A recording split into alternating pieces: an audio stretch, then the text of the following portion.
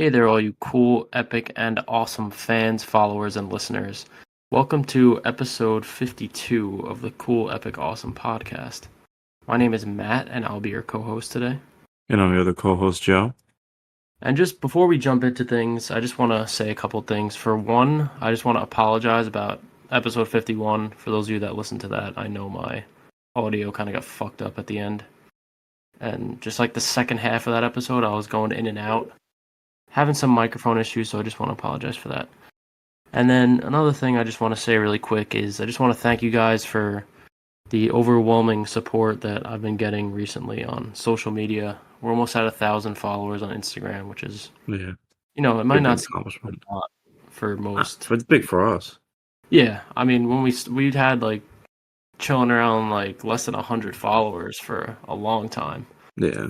And yeah, I'm starting to become more active on Twitter. One of my posts on there got maybe 300,000 views or something like that. I got a bunch of followers. I actually have a cool giveaway going on Twitter right now with our buddy Found Footage on Twitter. We're giving away a vinyl of the Longlegs soundtrack, which is a movie we're going to talk about today.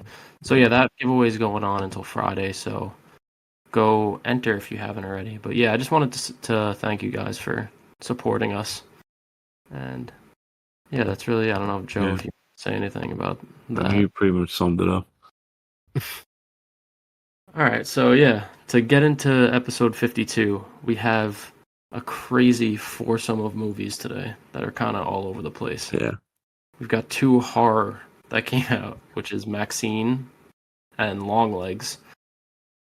And then two animated family films, Despicable Me 4, which also came out in theaters. And Joe, you recommended us to talk about Shrek. Yeah. So we'll save that discussion for the end, but I'm hyped for that. Yeah. We're also going to July. We're about halfway through the year. And some movie news. There's a couple trailers that release some Marvel stuff. So we'll touch on that later on. Yeah. I guess we could start with Maxxxine, though, if you want to. Yeah. Maybe you could give a little intro on that.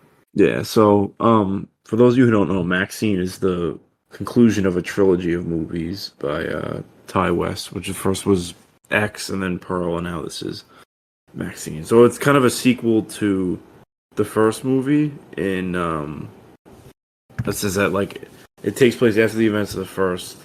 Maxxine's she's like basically becoming an actress in Hollywood now, and she's getting more popularity and stuff, and then all of a sudden there's like there's a string of murders going around like where she's living, and it's by this guy. What's the name of the person?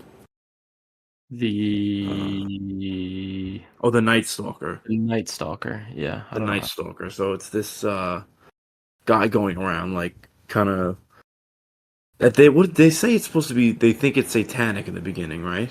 Yeah, it is supposed to be some sort of satanic cult because all of his victims he marks with the symbol of the devil, whatever it is. Yeah. I forgot what it's called, like the pentagram or something. Yeah. But yeah, just a quick initial thoughts about the film is that I walked out and I just kind of felt like it was unnecessary, the film in general. Seeing how great X and Pearl were, this was one of my most anticipated of the year. But yeah, seeing the story that they decided to go with, it did kind of seem like they just threw it together. They were just like, all right, what's a way that we can continue this character story? And I just feel like it kind of leaves a stain on Pearl and X, in my opinion. I don't know if you felt similar. I mean, I definitely think it's a tier below Pearl and X, but I don't mind getting a subpart. I still love the character of Maxxxine, so I still like seeing her, go through this story. But it's definitely the weakest of the three, in my opinion. Yeah, I think it's pretty easily the weakest. Yeah. Nothing against Mia Goth; she had a great performance. I think it more comes down to the writing for me. Yeah. I didn't really like where they ended up going with the story. It didn't really make sense. There are some plot points and some scenes in the movie that make no sense at all. Yeah. Whether it be Kevin Bacon's character chasing Maxxxine around this Hollywood set with a gun and no one stopping it. Like, how did he even get on the set? It's just that's a small Yeah. nitpick there, but before I don't want to get into like the spoiler talk, but I really didn't like where they went with the reveal of the Night Stalker and just what they did with that. See, I disagree. I don't mind that. I mean, well, I don't know if you want to reveal it, but I guess yeah. Spoiler warning. yeah. So for those who haven't seen Maxxine, spoiler warning. Yeah.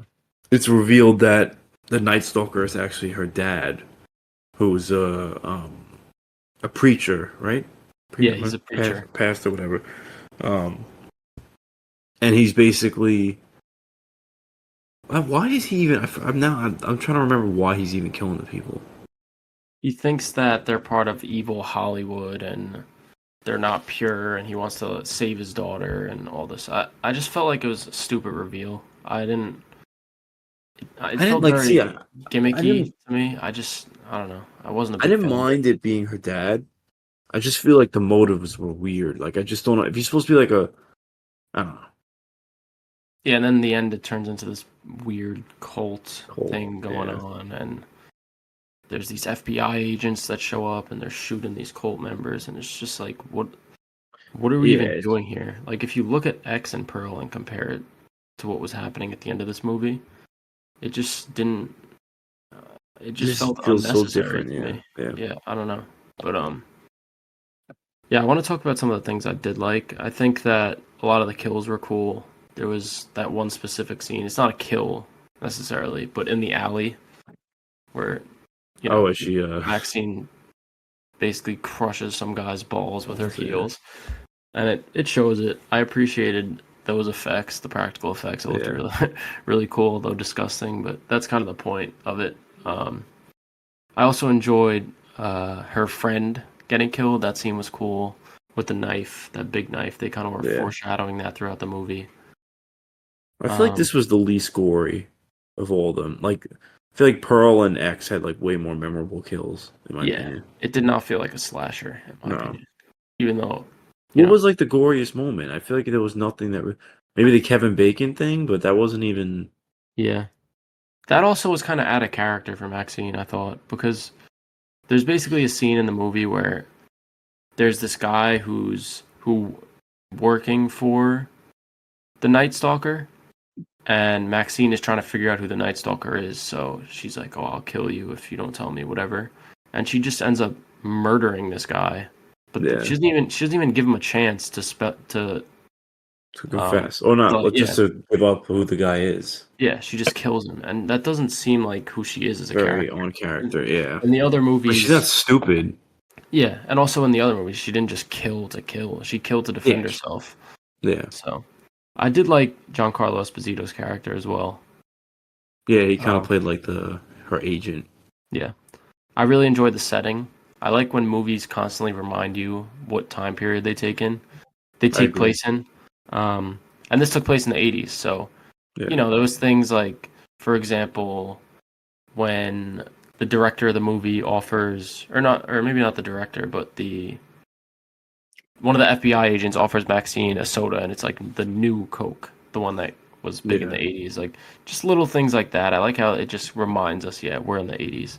Yeah. I And love the music too. yeah, the music was great.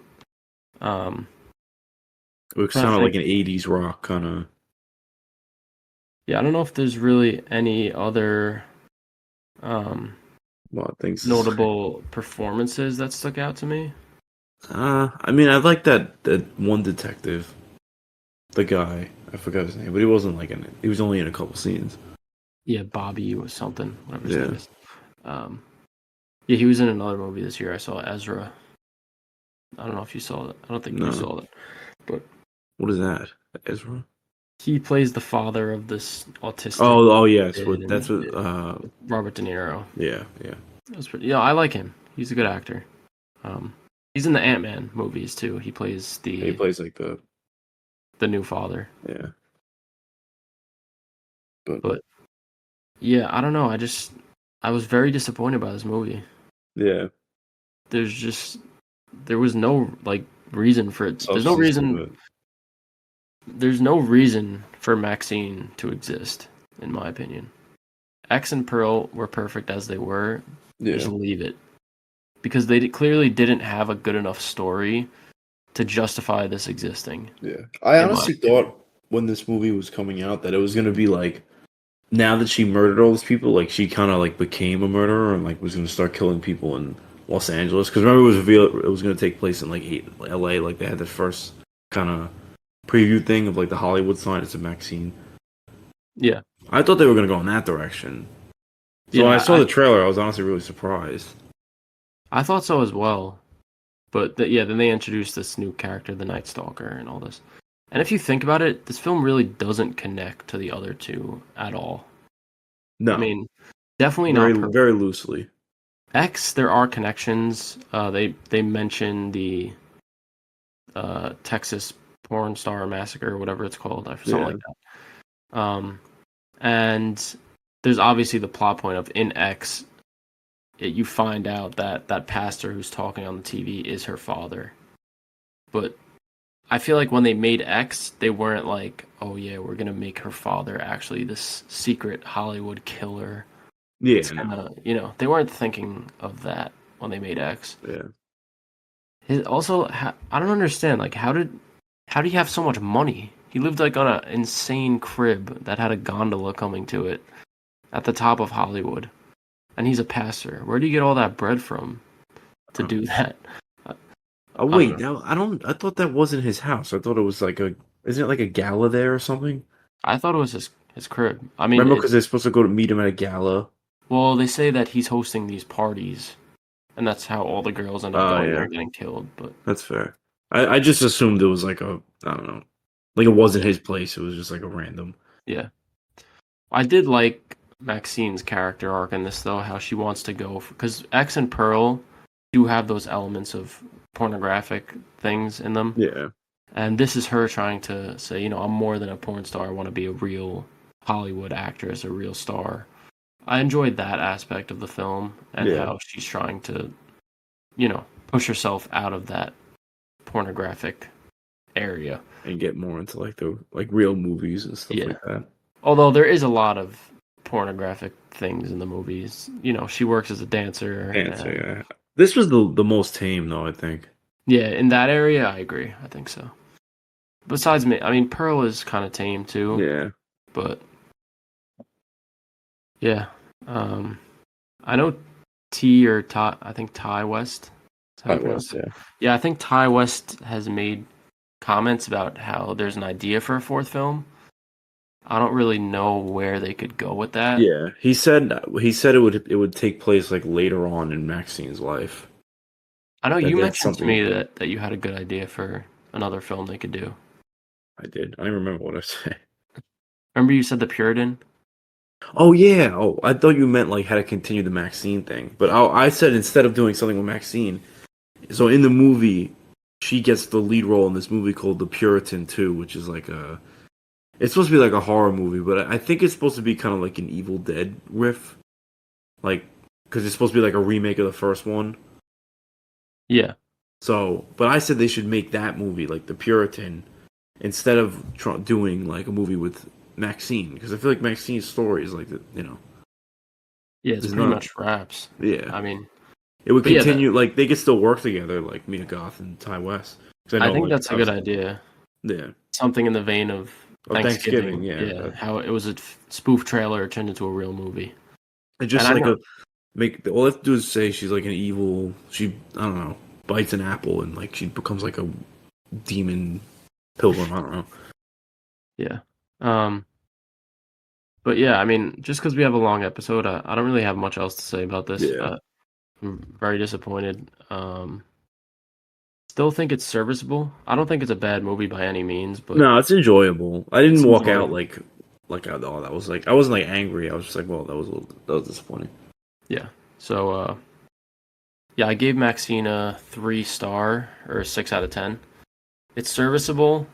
Mia Goth is great. There are some elements that I do enjoy, such as the setting and the vibe overall, but I just felt that in the grand scheme, when looking at X and Pearl, this felt very unnecessary.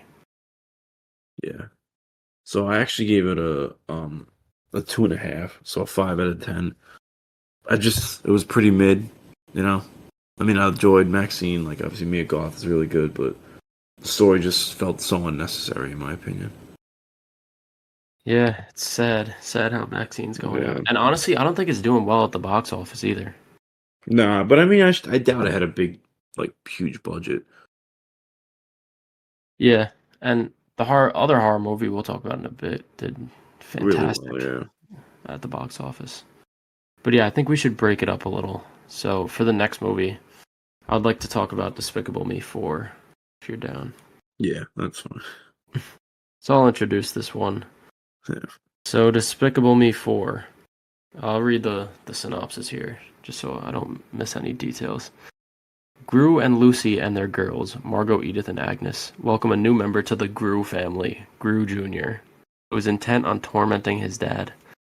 Gru faces a new nemesis in Maxxine Lamal and his femme fatale girlfriend, Valentina, and the family is forced to go on the run.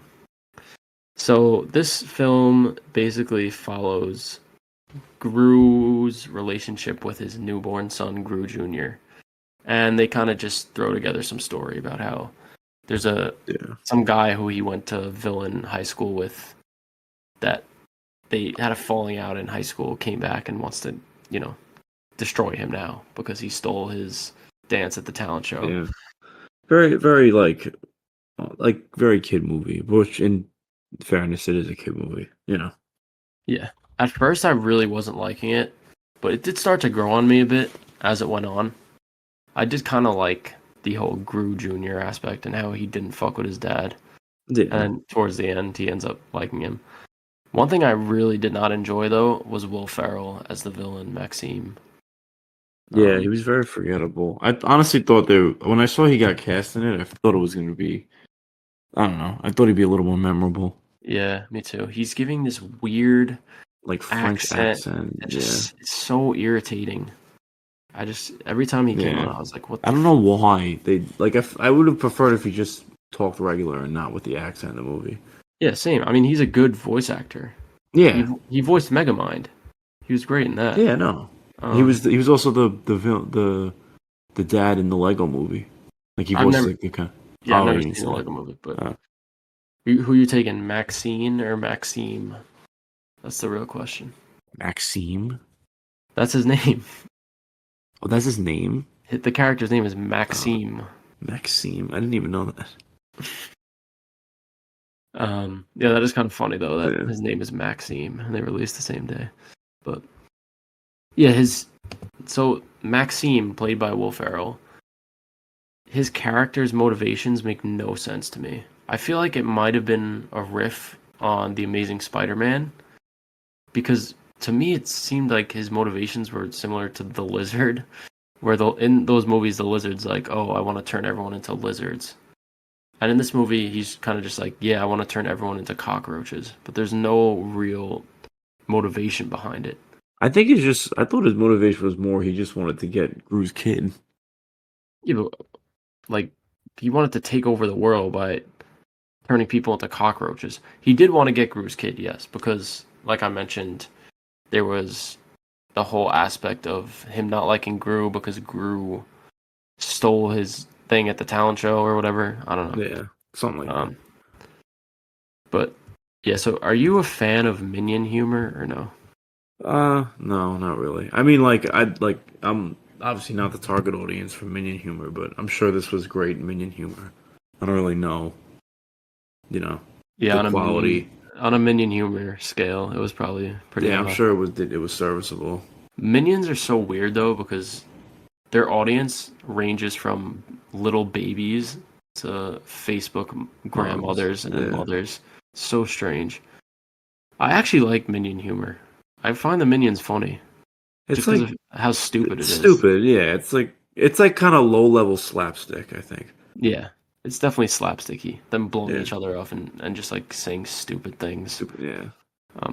I did like the Spider-Man 2. Well, we didn't even talk about so in this they also introduced the Mega Minions, which are like, I guess, kind of they're basically like super powered minions. They're kind of riffs on superheroes. Like there's one that's like the Thing, there's one that's like Cyclops, and there's like Superman. Superman, and then There's a like Mr. Fantastic one, oh yeah, there's a Mr. Fantastic one. and then there's like a Hulk one too. Oh yeah, and then but there's a scene with the Mr. Fantastic one where he like kind of stops the train, like the scene in Spider-Man 2, which I thought Yeah, was kind right. of funny. That was funny. Yeah, I did enjoy those scenes of them saving people, and they were just fucking everything up. yeah. Like when the window washer fell and he's asking for help, and then Oh yeah, and he the, helps him clean the one. the flying minion just comes, helps him clean the window, and then flies off. I thought that was funny. Yeah, Like that was a little clever, kind of. It was a yeah, little bit more advanced than just minions hitting each other with a hammer. yeah. I feel like honestly, because I saw they had already announced Minions 3 is coming out in like 2027, but just I feel like it's probably going to be about like the Mega Minions. I don't really know what else they would do. I mean, it depends where they go on the timeline because we're getting into Minions lore now. But because the last movie that came out, Minions: Rise of Gru, was like when Gru was a kid and he first got the Minions. So if they're going to continue from that, it might be another story with Gru as a kid. But if they're going to push far into the current timeline, then maybe it could be about the Mega Minions. You know what's crazy? It's Despicable Me is now the highest grossing animated film series I think ever. Yeah, that is pretty wild. That's nuts, dude. Yeah, I I remember. mean, I remember when the first trailer for the first Despicable Me came out. yeah. And Wasn't it? It was Universal's like first original animated movie. That was like because then that was like the first Illumination production, right? I believe so. And Yeah, they obviously got huge off it, and yeah, eventually ended up landing Mario, which was yeah. I a can't believe billion-dollar it. The franchise. Nintendo like, and they. I'm sure they're gonna do like Pokemon, and we're getting off topic, but Yeah, that's all right. I mean, yeah, but we're talking about the minions here. I don't think it yeah, really matters. But yeah, you can tell it's funny how just these movies are made to make toys, and there were certain scenes yeah. where I felt like I was in a Universal theme park ride, and just the music and the minion noises and all this stuff. They introduced these mega minions. Some girl in the theater actually had like a mega minion doll. I think they were selling it at the theater, but it was the Yeah, there stretchy. was a bunch. I felt kind of weird going because I went to like an 11 a.m. screening on like a Saturday, and it was like all like kids there, and it's just like me by myself going Yeah. to watch Despicable Me. No, I went with my girlfriend, and she actually cried at the end. It was crazy. Really? Yeah, when Gru Jr. finally like hugs Gru and accepts him. Hey, bro. Yeah. I was like, no, she cries at everything, but I know that's kind of funny. yeah.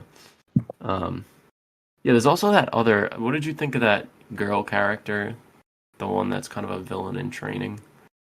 Another one that like with an unnecessary like A she has a lisp. lisp for some reason. Yeah. She's played by Chloe. That was her name. Something. Let me see. Hold on. Chloe Feynman. Yeah, she's like she's I don't know. Oh no, Uh, Joey King. I'm an idiot. oh, That's the name of the girl. I yeah. don't know No, why there's I said someone named Chloe. Chloe Feynman in the movie. Oh yeah, Joey Um, King. which yeah, I don't understand why like they have to give her another like an unnecessary accent. Yeah, I mean not technically an accent. That's a Well, not lisp. an accent. You know what I mean? No, It's like I know what you're saying. Yeah, I don't just know why I like said accent. Altercation of her voice, I guess. yeah. Um, I thought she was fine. I thought some of the scenes with the whatever that creature is called, the badger. I thought they were kind of funny. Oh, yeah. I thought the old lady was kind of funny when her wheelchair turns into a giant.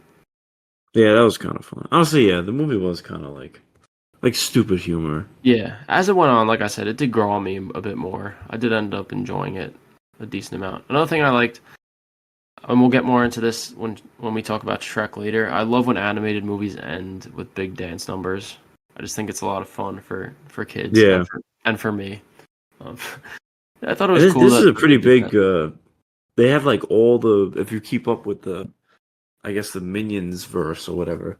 Like they had a lot of people from the old movies and stuff. Like the Yeah, what's his Vector. name, Vector, and I Um, don't remember the other. Like I remember they were in the movies. I don't remember their yeah, they names had the villains from Rise from of like Gru were there. I remember saw that like big macho wrestler guy from Despicable Me 2. Yeah. He was in there. And then they had the villain from the first Minions, like that lady. Yeah, yeah. Yeah, I thought that dance scene was kind of funny. Just Yeah, also I it like. was Will Ferrell and Steve Carell going back and forth singing. They were singing "Everybody Wants to Rule the World." Yeah, that was funny. Um, but yeah, in my opinion, relatively harmless movie. Yeah, Um, I don't know it's if a you want to talk about. Oh, dude, yeah, let's give our what? favorite. We forgot to in Maxxine. We didn't give our favorite scene or favorite character. Oh fuck! Oh yeah. We'll Well, circle back to that. Let's give our favorite scene and character for this. yeah, Um, Favorite character here for me, I'm gonna go with a group of characters, just the Mega Minions. I really enjoyed their presence in the film. I liked how it was a riff on superheroes, and I just thought they were pretty funny overall. yeah. Honestly, I agree. And another thing I like too when is they have that scene of them like with saving the city, like doing all this stuff, and then like they're walking out and everybody starts like throwing stuff at them. Yeah, yeah. It's stupid. No, yeah, I was gonna say my favorite scene is just that whole sequence of them going around Yeah, doing superhero stuff. Because I you have agree. Spider-Man reference, you have just them being stupid, and just all that could possibly go wrong. When you know Yeah, that was probably my favorite scene in the movie. the animation in the Illumination production is usually really good. This was very good as well. Yeah, it was pretty good, pretty solid. Um, I'm not the biggest kind of animation guy, so sometimes it's hard for me to decipher between good and bad animation, but it seemed pretty smooth to me. Yeah, Um, but all right, I guess we'll give our ratings. yeah, I You gave it go. Yeah. a 2.5, so 5 out of 10 as well. Pretty like you said, pretty harmless, enjoyable watch, but nothing really memorable about it, to be honest. Yeah, I'm in the same boat as you. I give it a 2.5 star, 5 out of 10. Um, just a harmless, fun, minion-filled, family fun movie. Yeah, It was fine. I don't know. Besides Will Ferrell's performance, it was just fine. There wasn't really anything that bad to about the take on plot or it. anything Yeah, like that. Yeah. So, all right. Before we move on to Longlegs, I realized we forgot for Maxine we didn't give our favorite characters or favorite scene. Um, so yeah, for me, favorite character in Maxine is Maxine herself. I know it's yeah, surprising, but just a good performance by Mia Goth. Wasn't necessarily her best of the trilogy. I think that still goes to Pearl, but she's easily like the biggest positive takeaway of the film. yeah. I also agree. Maxine is my favorite character as well. I feel like honestly, she's the only character you really get to fully. She's the only character that really has an arc. Yeah, no one really changes from the beginning to the end besides her. I mean, there are some Yeah, memorable characters. I did enjoy Elizabeth Debicki, her director character. I think she was good. I like yeah. Giancarlo Esposito's character as well. Um, but yeah, and Her then friend was. I like the guy who played her friend too. oh yeah, yeah, I forgot his name. He was good. Yeah, He was pretty memorable. yeah, But favorite scene, I gotta. We I mentioned it don't before. know. It's the most memorable scene for me, but it's that scene of Maxine in the alleyway with that guy. I like how she kind of pretends like she's scared this whole time, then pulls a gun on him, Yeah, just completely crushes his nuts. Like they did not hold back at all. yeah, And also that she's like, "Oh, suck the gun," and he's yeah. She's sucking just the like a gun, just like fucking with him. yeah. That's kind of more her style. I feel like just you know, she's a girl Humiliating. boss. She's Yeah. gonna fuck with That men. kind of reminds me of her character in Infinity Pool a little bit. Yeah, yeah, I agree. But But I'm gonna yeah, be a that's little why. different. Oh, Yeah, I'm go ahead. sorry. No, no, go ahead. I was gonna be a little different and pick. I actually really enjoyed the opening scene as well when she I does like forget kind of what's the opening. I forget. when she gets she interviews for the Puritans Oh, yes, yes. When she gives that monologue, looking at the yeah. camera. And then she That was a walks good scene, out definitely. and she's like, "What does she say?" Like she basically just tells everyone to go home. Yeah, she's like, "Oh, I killed it." Yeah, Yeah. All right. I just wanted to do that quick because we usually do that yeah. for all of our movies. I don't know why we forgot that Yeah, I don't know. because I But think it's just a bunch of mids so far. Yeah. So the next movie, not so mid. This is a film that just dropped this past weekend, and we weren't initially going to talk about it, but just because of how How big good it it is right is. now and how good it was, I feel like we kind of have to.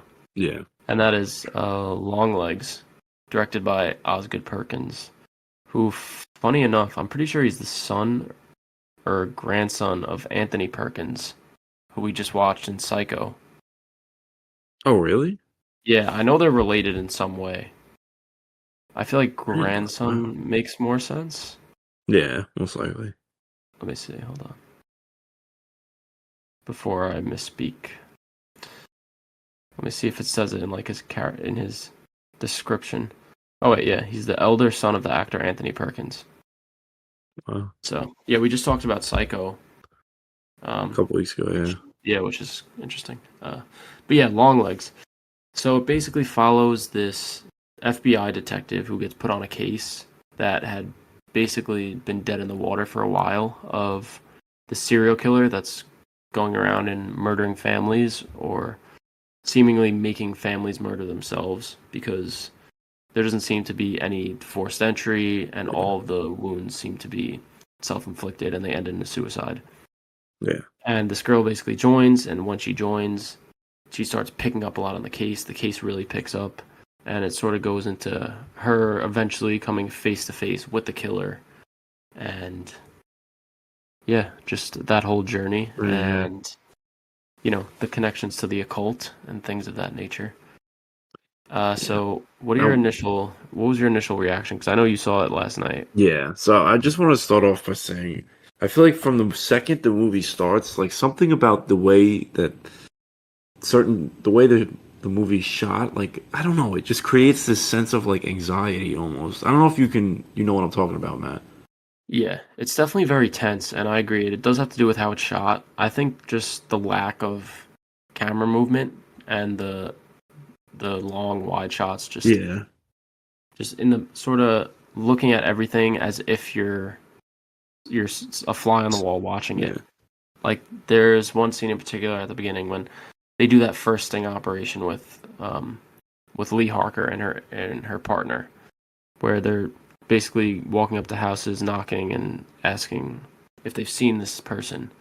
There's a shot where they first arrive, it lingers on the car, they open the car door, get out, walk to the house, and this whole time it's staying from that angle in the back. It never cuts. Even when they move to the left, the camera sort of Yeah. slowly pans with them. It just creates this weird sense of dread. And the whole movie just felt dreadful in Yeah. general. It made me feel very uneasy, very on the edge of my seat. It's very dark, like in terms of the lighting. Like, Yeah, pretty good lighting, but it's dark for sure. Um, and yeah, I mean Nick Cage is in the film as well. He plays the killer, long legs. who goes by the name of Longlegs. Yeah. I really love the opening. I feel like that was a great way to start the film Yeah. Yeah. because it introduces you to the killer. It sort of plays around with the different camera angles, and that's kind of what they end up using throughout the Yeah. movie. And I also like how it was framed differently. It sort of had that weird, maybe 4:3 aspect ratio. Yeah, honestly, that was like a really unique opening scene. I've never seen a movie like start from that. It's literally like a square on the screen, like compared to obviously the big screen. And then like as the scene ends, it transitions to like the wide. I've never seen an opening do that. Yeah, and they also went back to that because throughout the movie, when Yeah, that we, scene you don't know it at the time. The scene's like very important. yeah, It's yeah, probably like the most important scene and one of the most important scenes in the movie. yeah. But I was gonna say, just in terms of that sort of 4:3 square, I think, or maybe it was a 3 by, I don't know, whatever. In terms of how they shot that opening, whenever Lee Harker was having flashbacks or it was showing things that happened in the past, it always used that aspect ratio, which I thought was kind of cool. It helps the audience to differentiate between the current and the past. Not that they're dumb enough that they would need that, Yeah, but it is just pretty cool how they went with that to differentiate between them. But yeah, I feel like it's hard to talk about this film without getting into spoilers. Yeah, so I mean, if it's yeah, if you didn't watch it yet, yeah, sorry, we're gonna pretty much have to. We can't talk about it without really getting into the spoilers. So sorry, but Yeah. So so go ahead. You could go.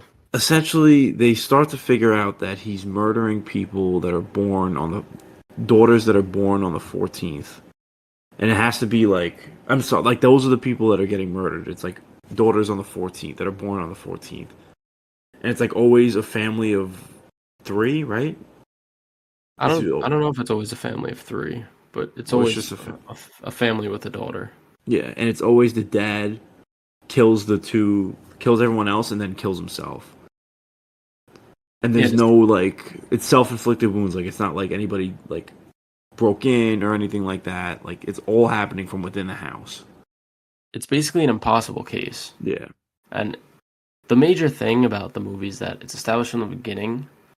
Lee Harker has some sort of ability to see. I don't know if It's it's some into the type of future, but psychic kind of she has some sort of foresight. She describes it as this is someone whisper.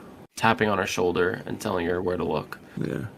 It gets explained why towards the end, and I think the reasoning behind it and all the sort of psychic elements I didn't really find to be that interesting.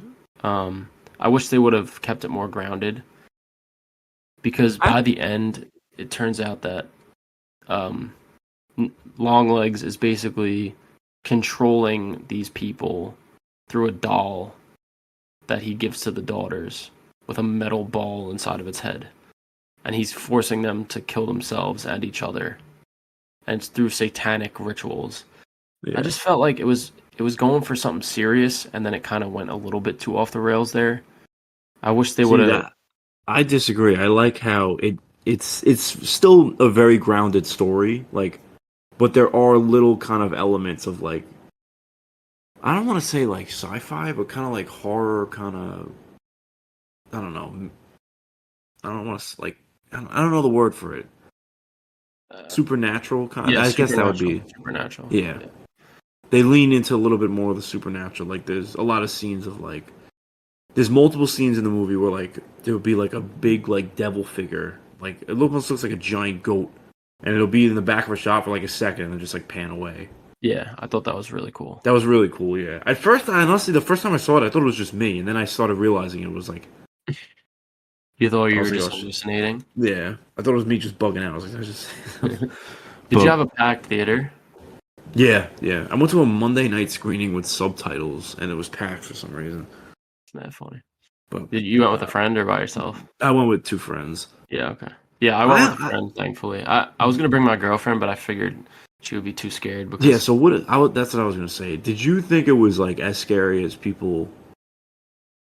no. I don't. I really didn't think it was. It was scary. Like it was very anxiety inducing, and it was like I don't know. Yeah, It didn't really scare me though. people are saying this is the scariest horror film in 10 years. It's not even the scariest horror film of Like, the year. yeah, no. I The thought the first first Omen one I was thought scarier. was scarier, Yeah. which is one that flew under the radar in terms of like box office and things like Yeah. that. But I mean, I don't want to take anything away from the film. I definitely No, was. yeah. I still think this is one of the best movies to come out this year. It's phenomenal. And the fact that it's a horror movie, usually horror movies don't get critical acclaim like this either. So it's like that's why it's such a big deal. I just felt that it wasn't scary. It doesn't mean it was a bad movie. It just means I just didn't think it was scary. I Per think se. as the film went on, it got less and less scary. When it first started, I kind of had all this. I had this idea in my head of, oh, this is going to be one of the scariest movies I've ever seen, and I was kind of on the edge of my seat, just waiting for things to happen. The one scene at the beginning where Lee Harker's in her sort of cabin, and then she sees Longlegs outside, goes outside to go after him, and then sees him walking in the house. That was, I think, the scariest scene of the movie, and I was shook after that. Yeah. But honestly, Then like I was maybe it's just me. I even then because that shot was in the trailer. Like it wasn't even that. yeah, but just the context of it. Yeah. There was a Fair. lot of shots in the trailer that once you see the context of have Yeah, like the greater. one there's that big one of her like holding her mouth. Yeah. But When you just see the her context walking for around. that's kind of nuts too. Yeah. Um But But yeah, I was gonna say, as they sort of reveal more and more about Longlegs, and they actually show Nicolas Cage, and you hear him talk a little more, it does sort of lose that scare factor for me. In fact, I think it might be a hot take, but I think he overacted a little bit.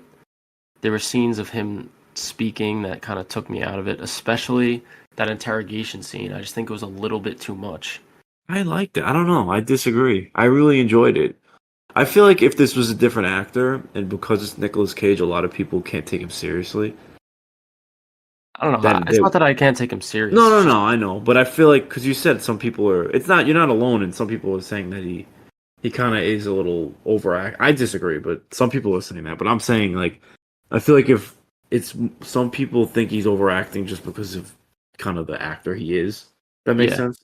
no, it's true. And he was funny looking, you know? Yeah, nah, he was definitely bizarre. Like he wasn't like necessarily. He's like more creepy looking than anything. Yeah, yeah. Like, another thing about the movie that's kind of, what's it called? So, yeah, something about the movie that's a little bit unrealistic is this guy looks like a complete freak. You're telling me no one ever found him, or like there was no eyewitness of what this guy looked like, and they're like, yeah, it's the Well, one they all guy like end that up. has a They all end up pale face. killing themselves. Yeah, but I feel like someone would see him up to something. Like, he just walks freely into the that store and talks to that girl, Yeah. buys like some weird shit. I feel like he would have been caught. Yeah. Again, obviously, I gotta suspend my disbelief a little bit. It is for the film, but So yeah, when you mentioning how like as it went on, it does get less scary, but in my opinion, I think the movie does get better as it tends to go more towards the crime thriller. In my opinion, like because the yeah, story's really interesting of her like trying to figure out like because he leaves like letters and like kind of almost like a Zodiac killer thing where it's like Mhm. she has to decipher it, and it's kind of like her trying to unravel like what the connections are between all the killings and all this other stuff. Like I felt like that was really interesting. Yeah, I was really into that. Yeah, All the crime solving stuff. But like I mentioned, I just wasn't into all the supernatural, like psychic and people getting controlled by the devil and things like that. I don't know. I It I like would that. work in other films, but just in what they set up in this movie, I just didn't like how they concluded it with that. But I feel like it's pretty like even though yes it's satan like obviously it's like you know supernatural, but I feel like the story mostly is pretty grounded. Yeah, I just feel like how they set it up at the beginning, where you have the captain and he's like, "Oh, so there's no forced entry. There's these families that they're just killing themselves. All the weapons are weapons that were in the house. Seems like this guy was in and out without anyone noticing." For the reveal of how he did it to be, oh, he mind controlled people with dolls that were cursed by Satan. I feel like that's a little lazy. I was just hoping that it was a better reveal of how he was doing it. Not saying that I could come up with something better myself. I Yeah, can't. no, I But know it's fair. you see what I'm saying, though, a little bit. Yeah, yeah, Um, but yeah, that's that fair. being said, I still love the movie. I know I'm talking about the flaws a lot, but I'm just critiquing it a bit. I did really love the movie. Yeah, Like you said, I think it was one of the best of the year. yeah. I Did, mean, did you and have it's a also what. did you have a favorite scene? I mean, the opening scene is really good, but I'm trying to think. There's a lot of good scenes. Yeah, for me, Um, like I mentioned before, just just to give you some inspiration, that scene of her in the cabin, I think that was perfect. yeah, He's always slightly out of frame. You can never get a good look at his face. He's either out in the woods and it's just a shadow, or you see the back of his head when he's walking through her house. And it's kind of like when she goes back in the house, you don't know if he's still in there. He could still be in there. You hear like creaking. That yeah, really scared the fuck out of me. That was a very tense and great scene. But yeah. yeah, I what stuck I out to you? I know you didn't like it, but I did really enjoy the interrogation scene, especially the end. Yeah, I honestly didn't. I didn't I liked expect what he that. yeah, what he did. Yeah, He basically smashes his own face against the table and kills bleeds himself. out. Yeah, he says "Hail Satan" and basically kills himself. Yeah. See, that's another shot from the trailer that when you see the context, Yeah, it's her like up against the wall with the blood. yeah. Crazy scene. One of the Even I biggest. also. Oh, I'm sorry. I mean, No, no, you cut go you off. ahead. Go ahead, Another because I'm scene gonna. that I wanted to mention too that not my favorite scene, but a really good scene was when she goes and interviews. She goes and interviews one of the girls that like survived the one of the murders. Like she's like right, she's the one that she's a Yeah, girl that yeah. survived, She's and like but the you could only definitely one that tell survived.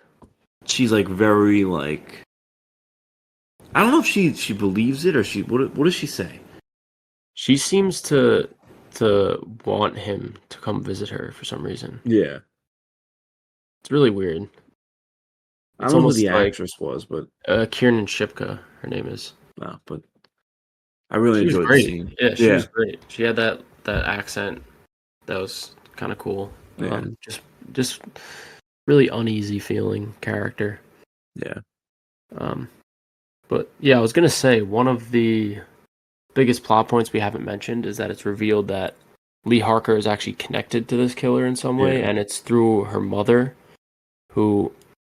So basically, what happens is Longlegs finds girls who were born on the 14th, and you know, goes in and basically says, "All right, I'm gonna like kill you guys to in I guess sacrifice them for Satan or something like that. So Yeah. you either accept it or you're gonna have to like work with me and help me." So it's revealed that Lee Harker's mother actually, instead of allowing her daughter to be killed for Satan, she agrees to work with Longlegs, and she's his accomplice this whole time, Yeah. which I thought was interesting. I mean, when we first meet the mother, there you could tell there's obviously something off. There's something weird going on there. Yeah. There's a scene where Lee's at her mother's house, and a cockroach kind of comes out of this room, and she tries to get in, but the door won't budge. And it's revealed that that door leads to Longlegs' kind of base of operations, which we've seen throughout the movie. That did remind me a lot of Silence of the Lambs, like Buffalo Yeah, Bill. that like kind of layer-esque thing. Yeah, yeah. Um, so yeah, it turns out that the mother had been helping Longlegs kill all these families through this whole time, and she also says "Hail Satan," Yeah. and she's worshiping Satan as well. I thought that was a cool reveal. Yeah, I like that. It was, I don't know, it was fine. I kind of saw it coming though. I didn't, honestly. Cause like remember when there's that shot where she's like, "Do you remember my ninth birthday?" And she's like very like kind of you could tell like she's just something's off. And she's like, "No." I was like, there's no way she's not involved in this thing." Yeah. Um, it's revealed that the girl in the opening scene is actually Lee when she was younger, Yeah.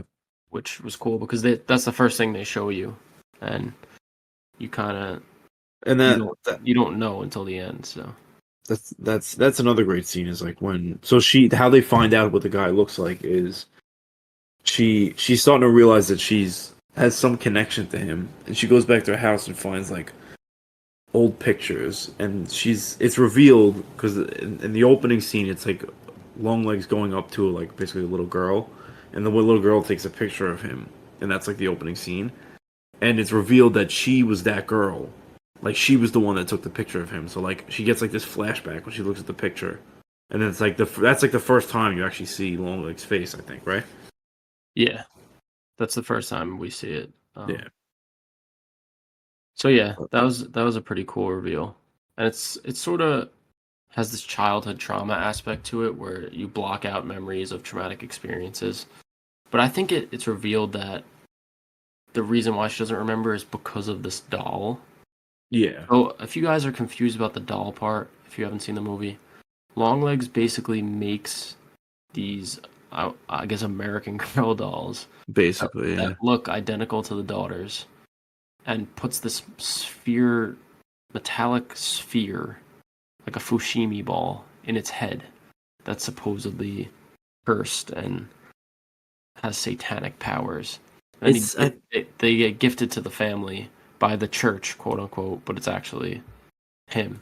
Yeah, Um, it's like weird because they when they first find these ball like the metal ball, they like hold I think it's like an ultrasound to it, and it makes like this vibe, like this kind of like free weird noise, and it kind of makes Lee Harker kind of, I don't know, like not like hallucinate, but Yeah, but even like the doctor who was looking at it, he was like, "I swear I heard my ex-wife talking out of this yeah, thing." like it's some like you could tell like it has something to do with the sound, but it's Yeah, not like really explained as to how he does it. yeah, it Which sounds honestly I like don't mind. I feel like it's like I like to kind of leave that up uh, to imagination. yeah. In some cases, yeah, I feel like it was a little bit lazy in the writers' room for this. It doesn't really make much sense. I don't know. I think for what the film's going for, it doesn't really take away much. But Yeah, like for instance, it's revealed towards the end that Lee's mother has a doll of her, and then she ends up shooting it in the head. So the ball that's in the head explodes, and you see there's a shot of sort of smoke coming out of the real Lee's head when that happens. So there's this weird connection there, but it doesn't really get explained. I don't know no, I how think they could explain it, that but what. like how could they explain that? Like what is it through? I guess it's through the rituals or something. Yeah, I mean, I don't know if that was like the smoke coming out of her head. I don't know if that was supposed to be like actually like happening, or if that was more just kind of like a something that was going on only like for I don't know. I didn't take it Oh as yeah. like No, I didn't think it was physical smoke. I'm just saying like it showed it visually on. It was for the audience to see. yeah, yeah. But So what? I'm confused. What are you trying to? like, what is? How does that work? Like, what is the connection? I don't. I This guess like because it's that not was like blocking her memories. It's like those like now that's not blocked anymore. is Because that remember how? she's set free now. Because when they shoot the doll, she remembers everything. The doll was like made her forget everything. Yeah, is that how she's psychic though? I guess. I mean, Yeah, they said because like the doll like it was kind of like that was the thing that was like whispering to her, like kind of showing her where like where to where to look. look and where to find stuff. It's interesting. Yeah, I definitely want to rewatch the film. yeah. Whenever when it well, you I know said your there's a girlfriend did four. it to you. Yeah, so Yeah, there's a 4K that's up for pre-order right now. So but oh really? it's $43. So I'm gonna wait Oh till yeah, it goes on sale. yeah. Um, I'm sure they'll make a steel book and stuff. yeah, but yeah, another thing I was gonna say, and going back to the Nick Cage a little bit thing, there were some scenes that I think were too humorous for the moment, especially the ending. I didn't love the ending. Like that was purposely supposed to be funny. Like when the guy's like, "Oh, I really don't want to cut the cakes. Should I cut the cakes?" And like the whole audience is laughing. Like, why are you making a joke? This is the Yeah. climax of the movie. It's supposed to be creepy. No, and then there's like, we'll be right back, and he's like, no, I'll be right back. You'll be on Yeah, the, they'll be dead or something like that. yeah. Like what? Why? It's funny, but it doesn't match the vibe of the film at all. I don't know why that was a bizarre choice in my opinion. Yeah, But all right, favorite characters. Lee Harker for me. Um, she was the yeah. lead, obviously, I gotta go long legs. and yeah, I mean, I can respect that. It was a solid performance, although, like I Yeah, said, overacting a little bit, I think. But I wasn't really too familiar with Micah Monroe, who she's also in It Follows. She's in a couple other films. yeah, She's getting pretty big from this. It seems like. It seems like she's got a huge Twitter following. But yeah, I guess all celebrities have their own little pocket. But yeah, she was really great in this. Um, yeah. I know. Yeah, like it follows like her only really like other notable role, right? she has other lead roles in some other small horror movies. Um, I was just looking into it because I wasn't too familiar with her. Yeah, But she was great. yeah. No, she was really good. Um, but yeah, I guess I don't know if I'm trying to think if I have anything else to say. I think I'm ready to rate the film. Yeah, So Longlegs, I gave a 4 star, 8 out of 10. Really love the atmosphere. Love how tense it was. Like I said, it's kind of like a mix between Zodiac, Silence of the Lambs, and True Detective season 1. Um, yeah, very scary. Not as scary as some are saying. But the reason why it's an 8 and not a 9 is because of those humorous moments that kind of took me out, and because of Nick Cage. Just a little bit too much for me. A little bit overacting, especially in that interrogation scene. So All right. I gave it a 4 out of 5, so an 8 out of 10. Um, I kind of my gripes are a little different than Matt's. I kind of wish they like lean more into the satanic stuff a little bit. That's a little preference, but I don't think that Nicolas Cage was overacting. I actually really enjoyed his performance. Um, but overall, really good movie. Not the scariest, but definitely like one of the better ones to come out this year. Yeah, and I urge everyone to go check out The First Omen, please. I'm pretty Yeah. sure it's on Hulu, so. All right. Now we could move on to Movie news. our movie news. And we have not too much, but I could start us off. Yeah. A couple trailers. It'll be fun to talk about. All right, so as we know, we talked about last episode, they're filming Superman in Cleveland. We got our first look at the costumes for Hawkgirl, played by Isabella Merced, and Guy Gardner, played by Nathan Fillion. Joe, Yeah. what are your thoughts? They look. I mean, I feel like this is not gonna be the like official suit that they wear. If you look in the middle, there's like a Lord Tech logo, and like they all have Hawkgirl, Green Lantern, and Mr. Fantastic all have like they're all kind of the same suit. Like if you look at it, they're all just kind of different shades of the same kind of jacket and pants. And Yeah, it seems like they're all just leather with that it looks jacket. more like a uniform than I like agree a. with you that I don't think this is going to be their final suits because this is the same costume designers that made the Superman suit. Yeah, like the Superman suit looks, in my opinion, looks really good.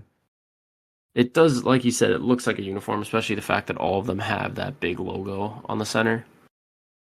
Don't I love feel her like headpiece though. yeah, the headpiece looks nice. It looks like more like the one from the comics. I mean, I not don't the like comics. it. I don't like it. I think it looks like cosplayish. Right? Yeah, I don't know. But I Just mean, feel it's like also you'll see. They'll probably this is also like a set photo. yeah, yeah, for sure. Yeah, I like her mallet. Looks kind of cool. the amount looks cool.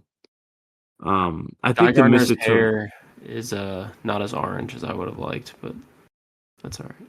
yeah, I feel like if they did it like the bright orange, it would have looked like kind of cosplayish.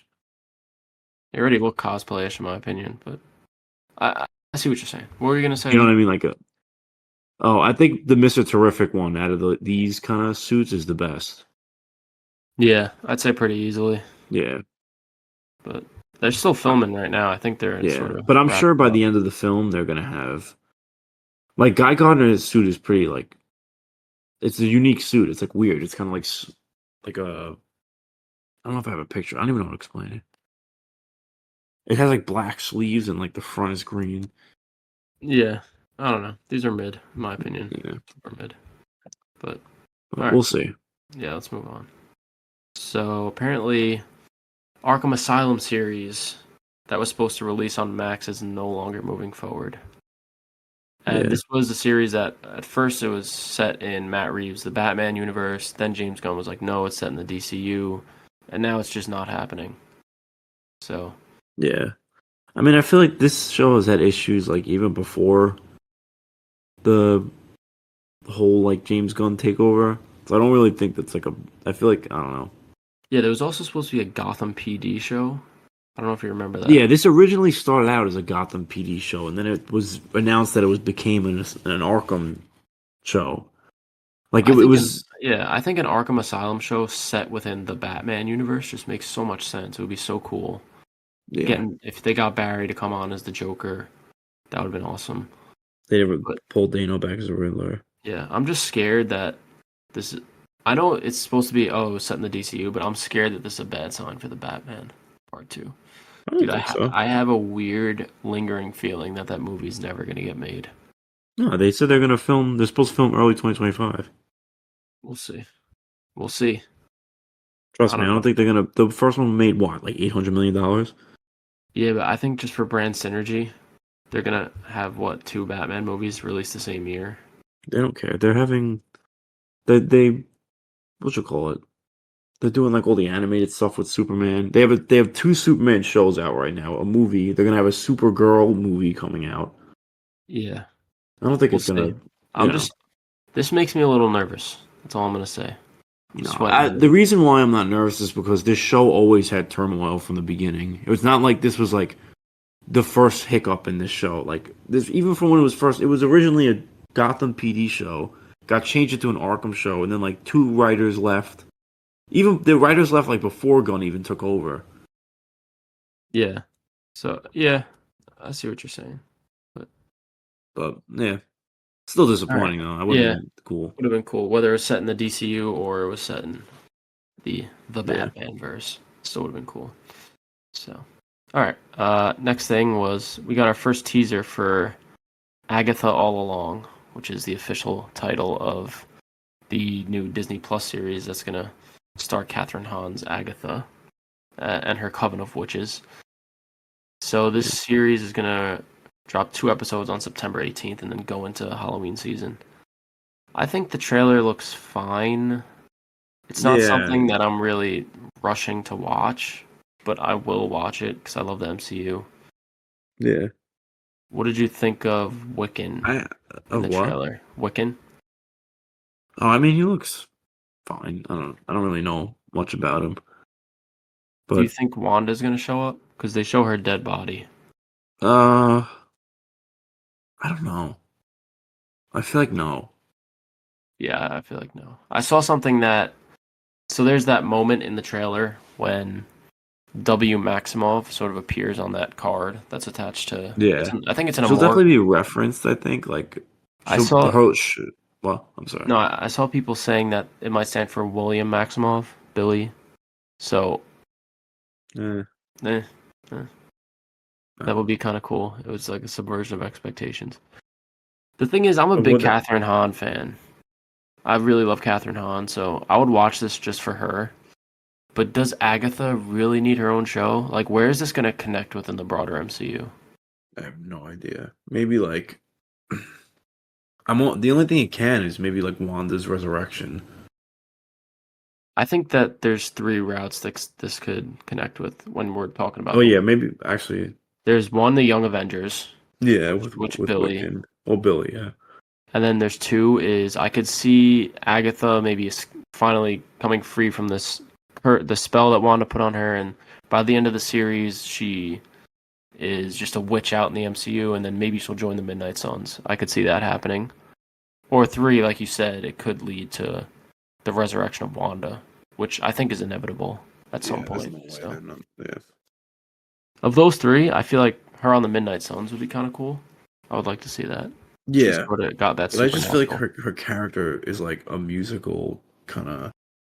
I get she's a dark witch, but I feel like that's not gonna really fit with like Moon Knight, Werewolf by Night, like Doctor Strange. I don't know if Doctor Strange will be on the team. Yeah, we'll see. It's definitely a supernatural side of the MCU. Yeah, no, yeah. Her But abilities match the team. trailer doesn't look bad. Looks fine, in my opinion. Yeah, So, but yeah, all I don't right, know you if I'm want to gonna talk move on. about? You could talk about this other trailer that we got. Yeah, we got the Gladiator II trailer, which I was really impressed with. The scale looks like massive. The fights look really good. I mean, the cast is stacked. It's Paul Mescal, Pedro Pascal, Denzel Washington, Yeah, Joseph Joseph Quinn. Quinn. It does I- look fantastic. The yeah, costume design, the set design, just everything. This world, and then Paul Mescal. Like, I didn't know if he could pull this off. He seems to be pretty convincing yeah. in that role. He's I'm gonna really blow up excited. after this, probably. Yeah, I mean, he's already kind of big. Him and Joseph Quinn were kind of ones that they did something and then got a bunch of roles, and now they're starting to come out. Yeah, Like this is gonna be Paul Mescal's first big movie to come out. Joseph Quinn just had Quiet Place, but he's gonna have this and you know Fantastic Four. Fantastic Four. Isn't that funny? There's Wasn't he in the running for uh Johnny Storm too at some point? yeah, he was him. Austin Butler was in the running. Um, yeah, there was actually some controversy with this trailer because of Really? a What? Kanye song that was in the Uh trailer. Got a bunch of people bent out of shape because they're saying it's not historically accurate. what? Who cares? It's a movie. I don't give a yeah, bro. Like really, who gives a fuck? It's a trailer. Yeah. Like I It's don't not know. historically. I don't think they had Rhino. Actually, maybe they did. I don't even know. Um, But yeah, the video has more dislikes than likes on YouTube because of that. Are you serious? Yeah. Like, how That's do such people losers, just bro. pick the most random shit to just get mad about? Yeah. Like, who cares? It's a trailer. It's a movie. It The has music doesn't have to it has a match rap the. song in the trailer. That doesn't mean it's gonna play during the movie. Like, Didn't The Great Gatsby have like a song? What song did they have? They had another rap song in front of it. That took place in the 20s. Nobody said anything. I don't know. I mean, it depends what happens in the movie. Like, for example, Elvis. They played like an Elvis Doja Cat remix during the movie, and I was like, Yeah, like those. "What the Yeah, fuck?" yeah, Like, but for this, I mean, it's a rap song in the trailer. You're really that tight that you're gonna dislike the YouTube video that it has more dislikes than likes. Like, just grow up. yeah. Just grow up. All right, sorry, but yeah, the trailer does look really cool. Yeah, I'm excited. Um, all right, Yeah. next. So Next, very exciting news here is that yeah. Sam Raimi is going to direct his first original horror film in years, and it's called Send Help. And it's described as a thriller set on an island, like a horror version of Castaway. Really excited for this. Yeah, me too. I could imagine a film with that premise and his style. Yeah, and like, And, I feel like there's gonna be like mad different like creatures and stuff on the island. It's yeah, I feel like a lot of actors are going to want to be in this because he's such a big name in the horror yeah, sort of world, and the fact that he's coming back to do an original movie. So we don't really have much on it, but yeah. Honest, when is the last time he did an original one? Drag Me to Hell. I think it was Drag Me to Hell. Yeah, he's Yeah, produced, but yeah. I wasn't the biggest fan of Drag Me to Hell. I liked it. Yeah, It's definitely one of his weaker yeah. in his filmography, but I really liked it.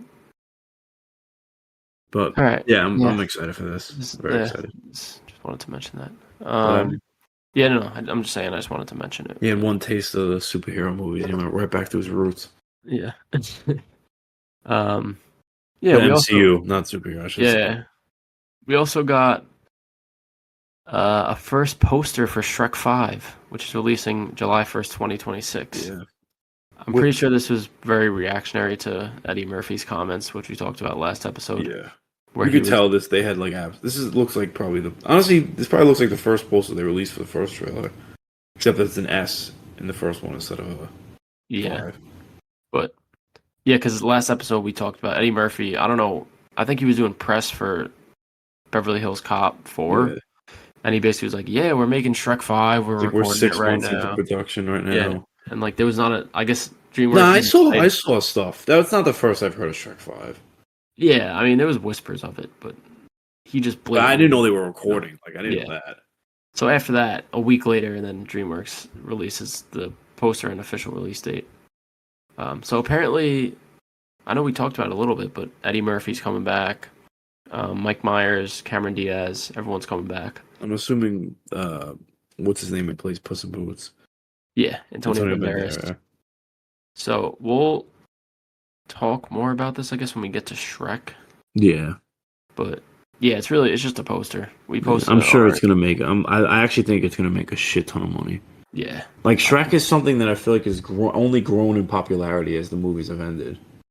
Yeah, it's still in. It's in like the. They have film. a Shrek land in Universal. Yeah. A movie hasn't come out in like 10 years. Yeah, it's still just in the popular zeitgeist of just the world, and like, I don't know, but yeah, we'll talk more about that. I don't know if you saw too. He announced that they're also making a Donkey movie. Donkey, I don't know. Yeah, no, we talked about that last episode. Oh, I'm sorry. You're right. But yeah, I mentioned I don't know. I don't know about that one, but we'll see. Yeah. All right, some more quick casting news. So I don't know if we talked about this before, but Darren Aronofsky's next film is called Caught Stealing, and it follows a burned-out former baseball player who's plunged into a wild fight for survival in the downtown criminal underworld of 90s NYC. We had originally known that Austin Butler was playing the lead, but we just found out that Zoë Kravitz was cast alongside him. I feel like they're going to be sort of love interests to each other. Probably. And that's probably going to be something that's going to push the marketing of the movie.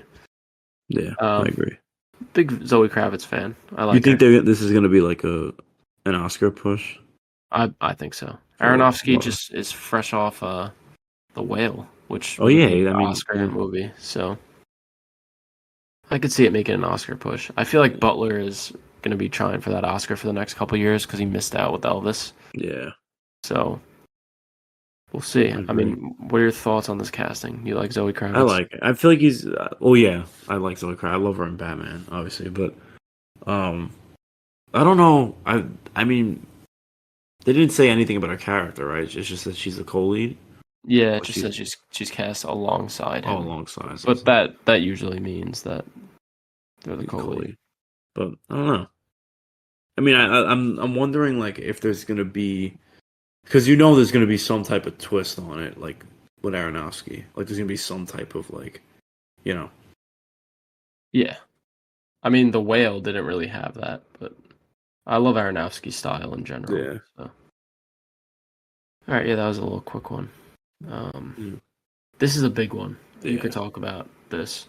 So this still hasn't been debunked yet. So it's pretty and it's pretty much made its rounds on Twitter and has been debunked. So it's probably true. But I'm definitely butchering this. But Kumail Nanjiani has been cast as Booster Gold in the DCU. For those of you who aren't familiar with him, what was he originally from? What was like his for? Because I know now. He's from the Big Sick, which is a story of his life, basically. And he's a comedian. I'm a Comedian. big fan of his. He got more popular for playing Kingo in the Eternals. But since then, he's been in Ghostbusters, he's been in some Star Wars stuff. Yeah. I'm a huge fan of him. I love Kumail, or Kumail, if I'm mispronouncing it. Yeah. I think he'd be a great Booster Gold. I agree. I do. I Yes, think he'll. Yeah. he's not white. He doesn't look traditional to how the comics looked, but for his personality and caliber of actor, I think he's perfect. Yeah. But honestly, if you asked anybody outside of people who've read Booster Gold comics, like, do you know what ethnicity Booster Gold is? They probably wouldn't know. So it doesn't really matter. Yeah, I mean, Like this is there are some instances where I think race swapping can be distracting no. or I unnecessary. agree too. But I'm saying this is such like a new, minute character that it really doesn't matter.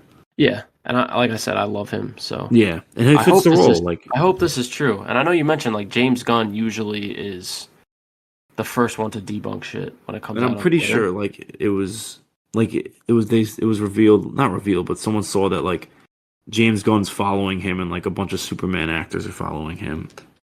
Yeah, I could see him showing up in Superman. I mean, maybe Maybe that's why this news broke. Maybe he's on set. it's possible. I mean, I feel like I don't know. My only gripe with it is that I wish the casting was a little bit younger because he is 46, so he's on the older side. That being said, I mean Yeah. he obviously got in shape for Eternals. I'm sure he's gonna get in shape for this. hmm But Yeah. So for those of you who don't know Booster Gold, I think he's sort of like a con man, right, Joe? yeah, so he's essentially he's from the future, and he's kind of like he's a burnt out college quarterback, and he steals like a ring that gives him powers from the future and comes back in time to like present day and acts like this big like superhero, but he's a fraud. He's like a joke, and it's just kind of about him learning to be a superhero essentially. Yeah. But Seems like his whole character is supposed to be that like and if you watch Obi-Wan, he's Kuma. I don't want to say it wrong. Kumal, right? yeah. Just say Kumal. Kumal. That's Kumal. fine. He plays kind of like a con Jedi, where he tricks people thinking that he's a Jedi, which is honestly kind of the same type of vibe that he's going to give for Booster Gold, because he's not like really a hero. He just kind of stole his power system. Yeah. I know that he interacts with Blue Beetle a lot, so I'm sure that eventually they're going to cross over at some point. I know But there's an older version of Blue Beetle though, right? Ted Cord. yeah, That's probably so. Him being older can make sense. In yeah, that, that's true. So, but all Yeah, right. I hope that's true. So, yeah, and then last bit of news, another superhero thing is we finally got the trailer for Captain America: Brave New World, which releases next February. Got some pretty big reveals, including our first look at Red Hulk, which you don't see much, but I'm glad that they're finally fully doing showing it. Yeah. this. And I love the Red Hulk. I feel like he's a fan favorite character. Just just something about like it's the Hulk but red is just so awesome. Yeah, no, I know. You know? Even as a kid, like we just so appealed to the character just because he was red. Yeah. The trailer itself looks cool though. It looks sort of spy-esque in a way. Yeah, Besides, definitely in the vein of Winter Soldier. yeah, besides the giant red Hulk, Yeah, everything else besides that, it's actually weird because there's like a assassination attempt on the president in the trailer. in the trailer, yeah, which is kind Yeah, of crazy. it's kind of crazy because yeah, if you're listening to this like in the United future States. or something, or yeah, obviously if you're listening to it now, you know what happened, but like maybe 2 or 3 days after this trailer came out, someone tried to shoot Trump. It's so Yeah, weird, it's and I think wild. it's funny because the boys Yeah, the boys is actually, having like a leading up. It's like the last episode of the boys is apparently Homelander's. Well, people think Homelander's going to assassinate the president, and it's just kind of the timeline of this is all kind yeah, of crazy. yeah. But anyways, not to get Yeah, too off topic. yeah. The trailer, it looks okay. It looks good in certain aspects, like we mentioned the spy thriller kind of aspect to it. I like how they tease Red Hulk.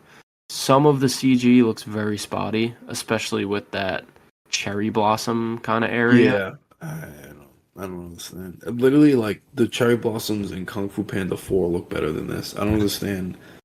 Why can't we just have a fight scene outside? I don't like. Why do we need to fight everything on a giant green screen? I mean, to be fair, I get, but with we are a ways away from the film. yes, February 14th, it comes out. but why are we green screening? They're fighting literally in the streets of Washington. It's not like they can't go to Washington and just shoot the fight scene. I True. don't, you know what I mean? Yeah, I see what you're saying. Like not to like talk about DC, but at least I'm happy that we see the Superman set photos coming out, and they're having fight scenes like in open air. Like it's not a CG fight. It's like in Yeah, they're fighting the baseball stadium. They fight, you know. yeah. So we also got Harrison Ford here as General Ross. He actually looks good, honestly. Yeah, he looks good. They kind of call out the fact that he's recast, where Yeah, Sam's like, "Oh, I'm still getting used to the new look," and he's talking about him without a mustache, but it's kind of a wink at the crowd that it's a new actor. good actor. Yeah. But yeah, I'm excited. I feel like this film is gonna have a lot of discourse. It's the first black lead of a superhero film, I think, since Black Panther, and Really? I believe so. Damn. What up? Well, I guess Black Panther too. Yeah, but or black male lead, I should say. Oh yeah. And it's gonna be, black male lead as Captain America. I think I like Anthony Mackie. I think Sam Wilson earned the shield Yeah. at this point. So I'm still really excited for this, but you already know there's gonna be discourse when it comes Oh out. yeah, though. I can't imagine. Yeah. I mean, I don't understand why. It's like something in the comics that happened. It's not like Captain America's more like a mantle. It's been passed down to different characters.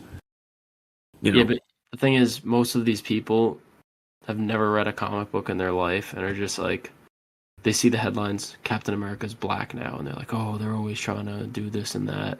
Yeah. It's like it's a storyline from the comics, and it's not like it's Steve Rogers and they just cast him as black. It's like it's a completely different character.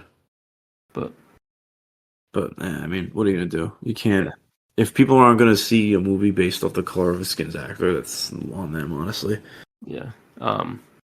Another thing is, there's also, it seems like the Celestial from Eternals is going to be in this movie, because there are scenes in the trailer where you could kind of see it. It's the one that at the end of Eternals, that Celestial that is poking out of the ocean and just kind of got frozen there. People are saying like that they're fighting around it in this movie. people are saying that that's where adamantium is going to come from in the MCU, and that's like what the rumor is for why they're fighting for it. That would be kind of cool, and it would make sense in like why it hasn't Why been everyone's on Earth so like before. Yeah, and also why everyone's trying to like fighting over it. Why? Yeah, so I guess if the Celestial is made out of adamantium, there's obviously a shit ton of it there. Or like whatever. I guess like they can extract adamantium or make adamantium from the Celestial or something. Yeah. Yeah, I guess. What were you gonna say? No. I saw stuff too that like apparently there's a plot point with something in Japan too. Maybe that's where the cherry blossoms are at. Nah, that's Washington, but that like I don't know something because in the trailer at CinemaCon they showed something about how they found like something in Japan that they have to go there and get or like that they stole. I don't know.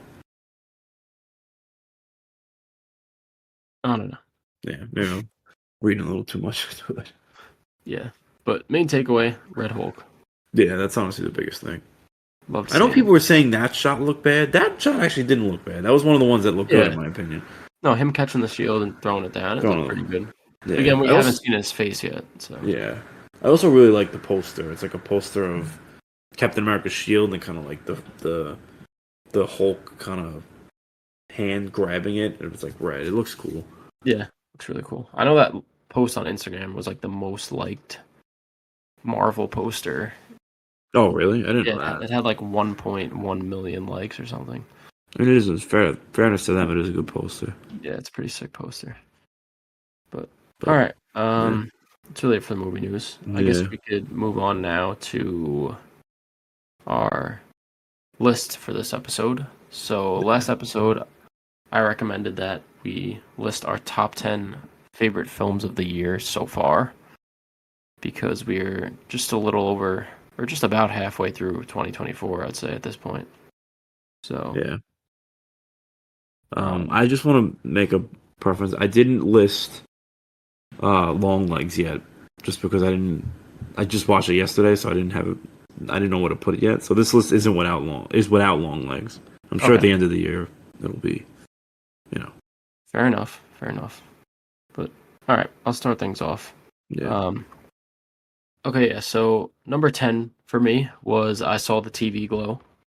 It's a film that's very ambitious, in my opinion. I love the vibe overall. Love the score. Love the setting.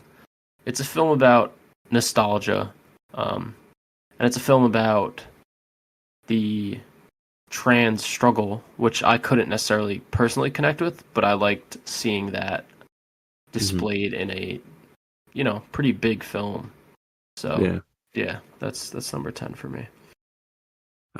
So for me, in a complete opposite direction, I have Godzilla vs. Kong: The New Empire as my number 10.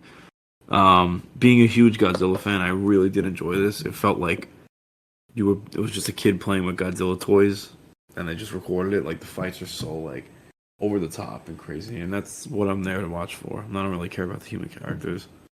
So Fair enough. you know, Fair enough. It didn't crack my top 10, but I think there's some of my top 10 that you haven't seen yet. So yeah. all right, so number 9 for me, I actually had Furiosa, starring Anya Taylor-Joy and Chris Hemsworth. So Yeah. love them in it.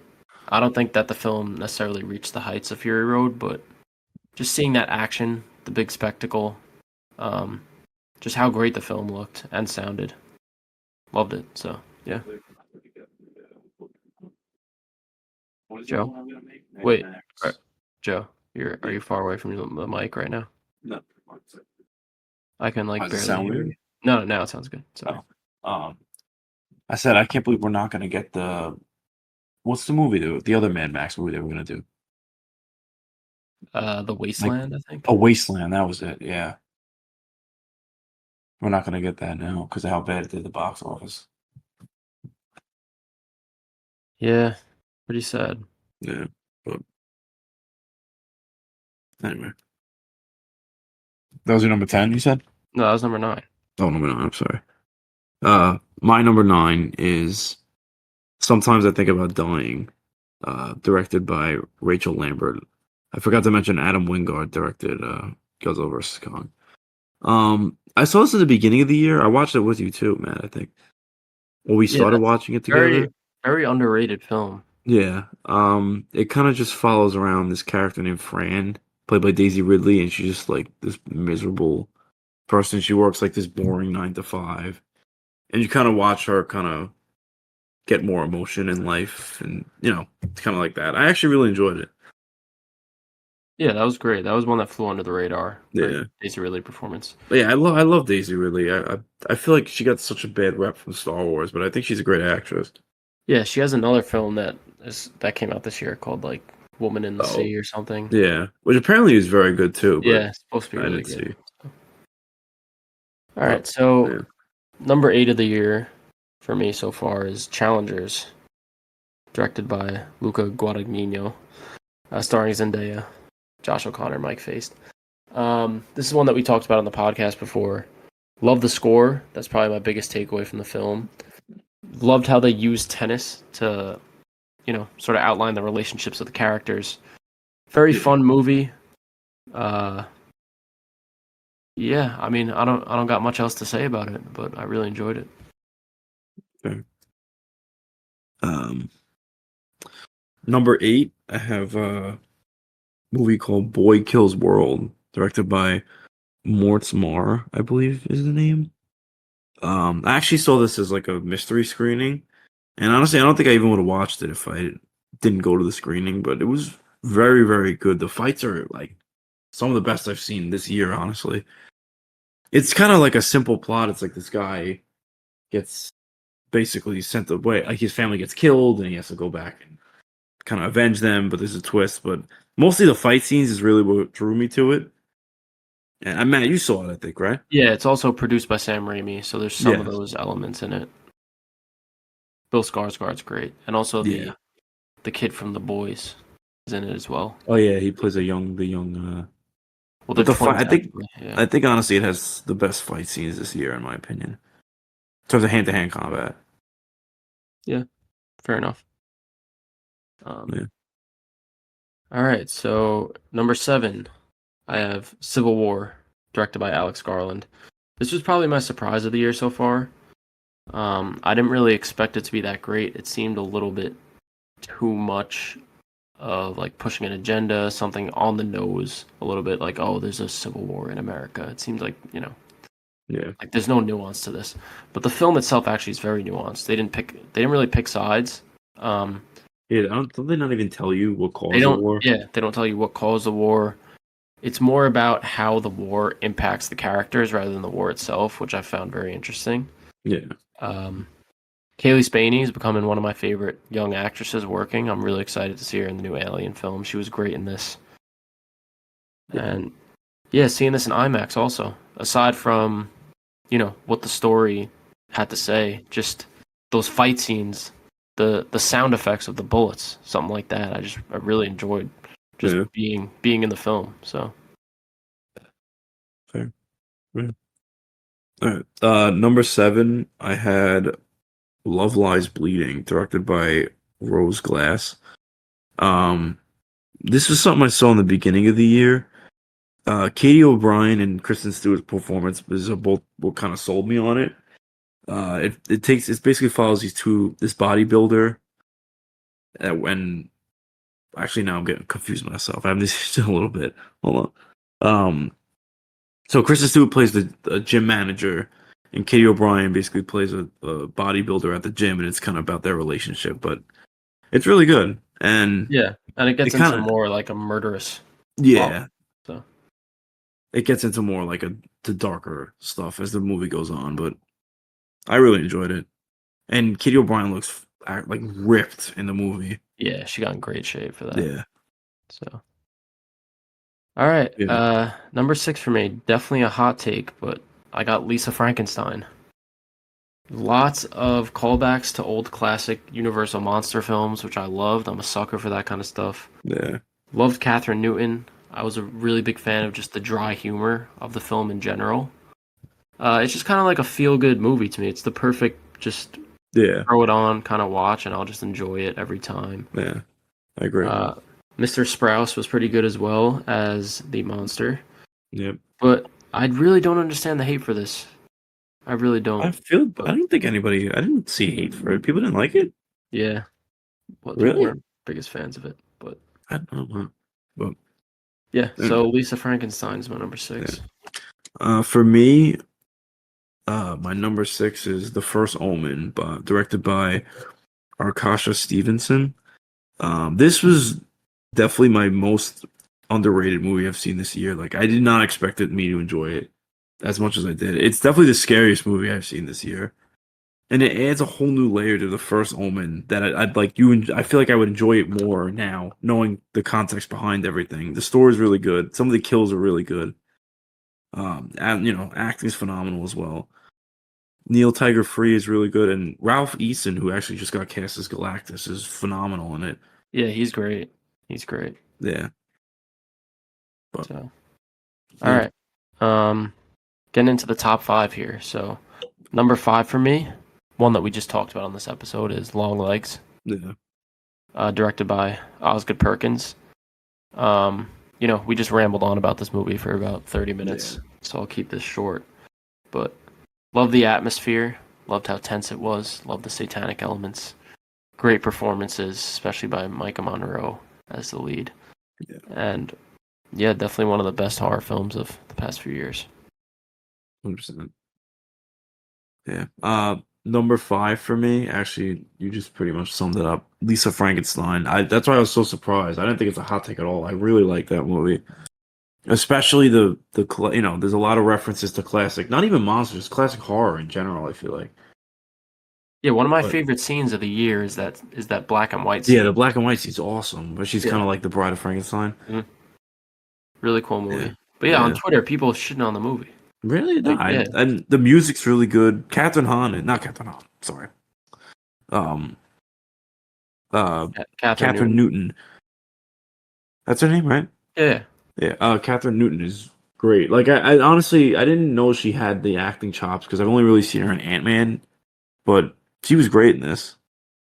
yeah, Oh, she's also in Abigail too. I forgot about that. yeah. She's becoming a scream queen Scream for Queen. sure. Yeah. Um, all Yeah. right, so my number 4. This is another one that caught me by surprise this year, and that's The First Omen. You talked Yeah. about it a bit. I have it slightly above Longlegs. I think they're close, but I do want to give the nod to The First Omen. I think it's just a bit scarier. I really am a big fan of the religious horror, especially when it comes to Catholicism. I feel like there's a lot of interesting routes you could go. I know a lot of movies Yeah. do it, but I feel like The First Omen did it very well. Um, Yeah. Very tense and dreadful film, similar to Longlegs. And honestly, a unique kind of take on the religious aspect of it. Yeah, no, for real. There was some moments in this movie where I was like, "There's no way they really just did that." Like I know, I know you probably know what I'm referring to. That Yeah. demonic hand scene. Yeah. Yeah. I Um, feel like I don't know. That was definitely like, I was like, oh shit, but maybe, I don't know. Like the woman in the when she goes in the timeout room, that was the scene that stuck out to me the most. yeah, that was the scariest scene of the year, Yeah. in my opinion. But yeah, Nell Tiger Free. I was not familiar with her before this, but I definitely am now. She Yeah. was fantastic. I actually think she would be a great Jean Grey in the MCU. So I know Honestly, that's a very good. Yeah. when we did our X-Men fan cast a couple episodes back, I talked about that. But That's who you yeah, cast? yeah, I didn't know that. yeah, she would be. I think she would be great. Yeah. So No, she would. all right, that's number 4. All right. So number 4 for me? I gave my 4, so you're Oh, 4. yeah. So my 4, I had Furiosa. I know obviously you spoke about it.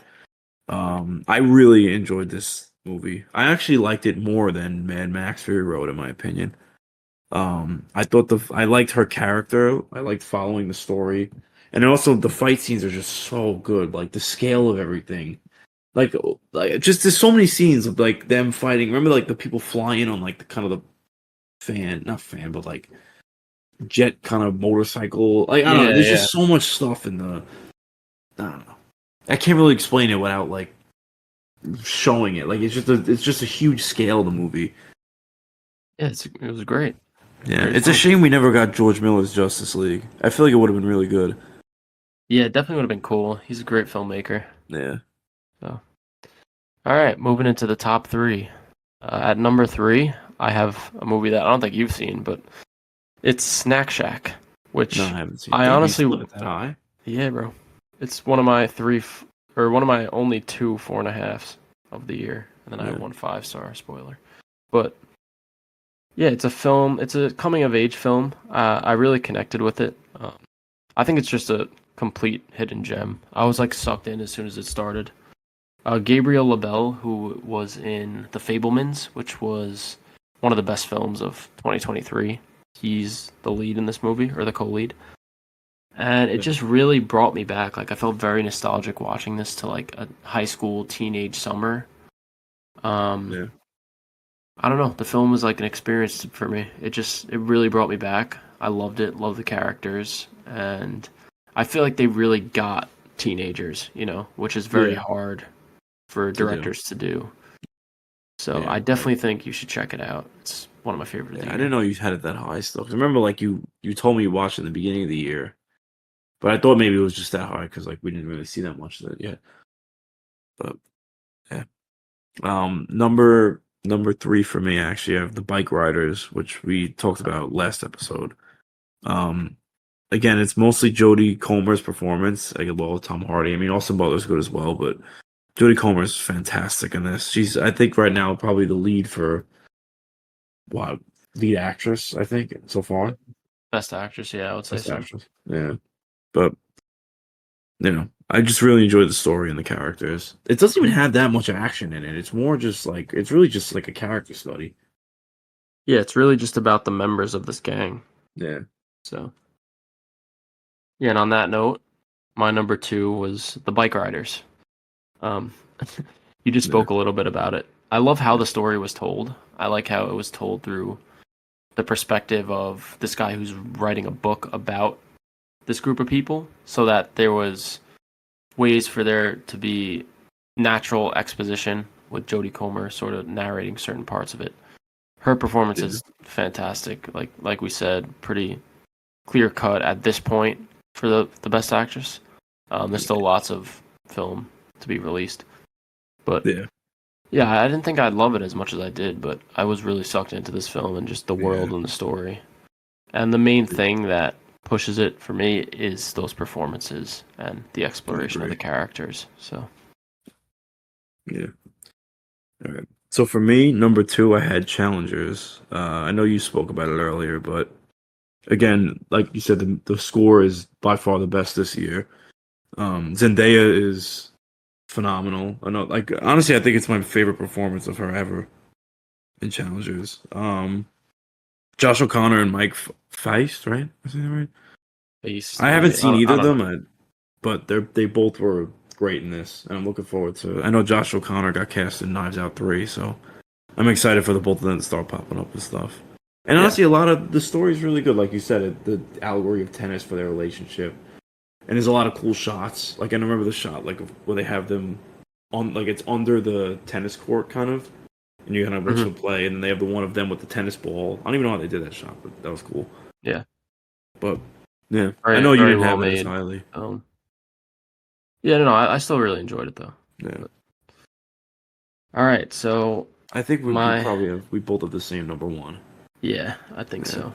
So my favorite film of the year is Dune Part 2, yeah, directed by Denis Villeneuve. Anyone that listens to this podcast or knows me knows how much I love Denis Villeneuve. He's, I think, the best filmmaker working today.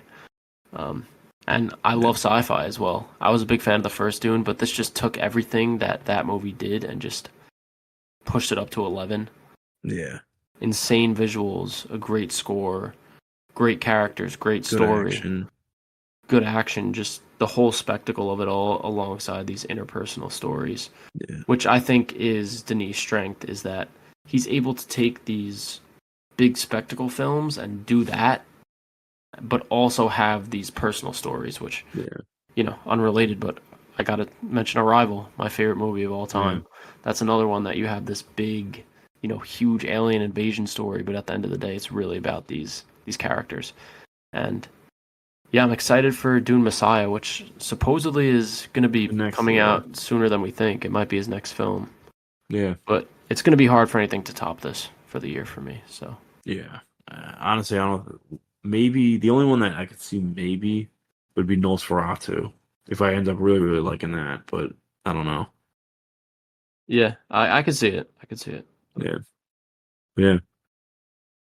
I had yeah, mine was Dune too. I don't know if you could figure that out. Yeah, Yeah, I figured. yeah. I don't know if you got anything to add I about it. mean, yeah. You pretty much said everything. I don't really know what else I could add. Austin Butler's performance was great. I loved the black and white fight scene of him in the pit. Oh That was yeah, such that a was good great. scene. Yeah, Yeah. He was great, and I wish he had more screen time. Mm-hmm. Sucks that he's dead now too. Yeah, I know. But all right, so that was our list of our top 10. Maybe some hot takes on there, maybe not. But overall, all right. I thought it was pretty fair rankings. Yeah, and it's a pretty good year so far. I don't think as good as last year. No, but we still got some bangers. Yeah. All right, so now we could move on to our last film of the day, which, Joe, I'll give you the honors of introducing this one. So this week I recommended Shrek, which I believe came in, 2001? Yeah, 2001. And it's directed by Andrew Adamson and Vicky Jensen. So obviously me and Matt have fond memories of this growing up. This is probably, I don't know why we used to love this so much as a kid, but this is my first time watching it in probably over 10 years, like a really long time. And I really enjoyed it. I honestly thought it was very funny. I thought there was a lot of good references to like the other kind of, I don't know, fairy tale characters. The stories mostly get like a riff on a fairy tale. Yeah, that's the thing about Shrek is it's kind of an anti-fairy tale. Yeah. Instead of the knight in shining armor, you have an ogre. Instead of the noble steed, there's a donkey. And instead of the princess, this beautiful princess, it's secretly an ogre. Yeah. So it's a film that constantly makes fun of Disney throughout. They even have some Disney characters in the movie, like Pinocchio. Like the princesses. Yeah, and in comparison to other kids' films or animated films that were coming out at the time, it's very edgy. There's a lot of adult humor in it. And it's not just as clean cut and tame as other animated films that were coming out at this time. I think that the voice performances were fantastic. I really didn't remember how great they were. Yeah, no, they were great. I completely forgot how memorable Donkey was. Yeah, he's just completely unhinged. Eddie Murphy gives a great performance. Yeah. Dude, even Cameron Diaz, she's one of my favorite actresses. I kind of just forget that she played Fiona, but she's really great in this. Yeah. She does such a great job as that character. There are some scenes and like shots that are surprisingly like beautiful. Yeah, like them in like the countryside, kind of like. Yeah. Something else. Yeah, it's just such a memorable character, and I know you mentioned it a little earlier, but Shrek is still relevant to this day. Think about the cultural significance of Shrek. When is the last Shrek movie? Maybe 2012 or something? Let me see. What was it, Shrek Forever After? Yeah. 2010. 2010 is the last Shrek film. It's been over almost 15 years. And people still talk about Shrek to this day. Yeah. And it's not like 2010 was the last good Shrek film. Like that was like that wasn't good. Shrek. That was like the worst one. Yeah, but Shrek is still big, and we talked about it before. Shrek 5 is happening. Yeah. And there's a reason. Shrek is just a beast. Like he's just. I feel like it's gonna make so much money. Yeah, it is. But yeah, as much as I love Shrek, I did have some problems with the story here. I felt like, especially towards the end, I felt like the Shrek and Fiona relationship was a little bit rushed. Yeah. And I felt that there are like the biggest hurdle or the biggest obstacle that they face in the movie is the fact that Shrek overhears Fiona and he thinks that she's calling him ugly and like disgusting. So he doesn't admit his true feelings for her. Yeah. But if they would have just had like a 1-minute conversation, they would have just solved that instantly and she wouldn't have went to marry Farquaad. But yeah, I don't know. It's a kid's movie, so it's also like I don't like to say, oh, it's a kid's movie, because just because it's a kid's movie doesn't mean that it can't be well made. But they got to get the plot moving somehow. So yeah.